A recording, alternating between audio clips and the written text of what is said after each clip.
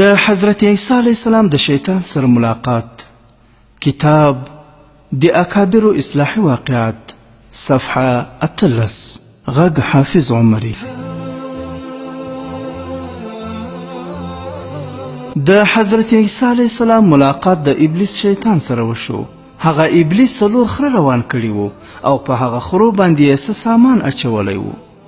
حضرت عیسی علیه السلام د شیطان نه پوښتنه وکړه چې دا خره چیرته بیایې او په دې باندې دې څه شي بار کړي دي.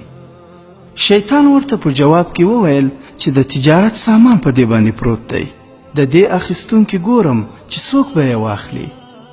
حضرت عیسی علیه السلام چې کله هغه خبرې واورېدې نو پوښتنه یې ترې وکړه چې په لومړي خر باندې څه دی.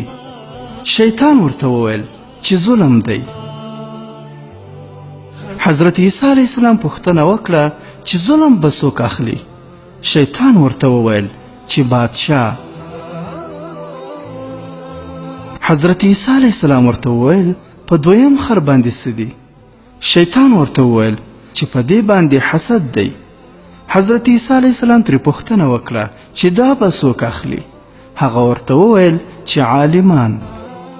حضرت عیسی علیه السلام ترې پوښتنه وکړه چې په دې بل خره باندې څه دي. شیطان ورته وویل چې خیانت دی. پوښتنه یې ترې وکړه چې دا به څوک اخلي.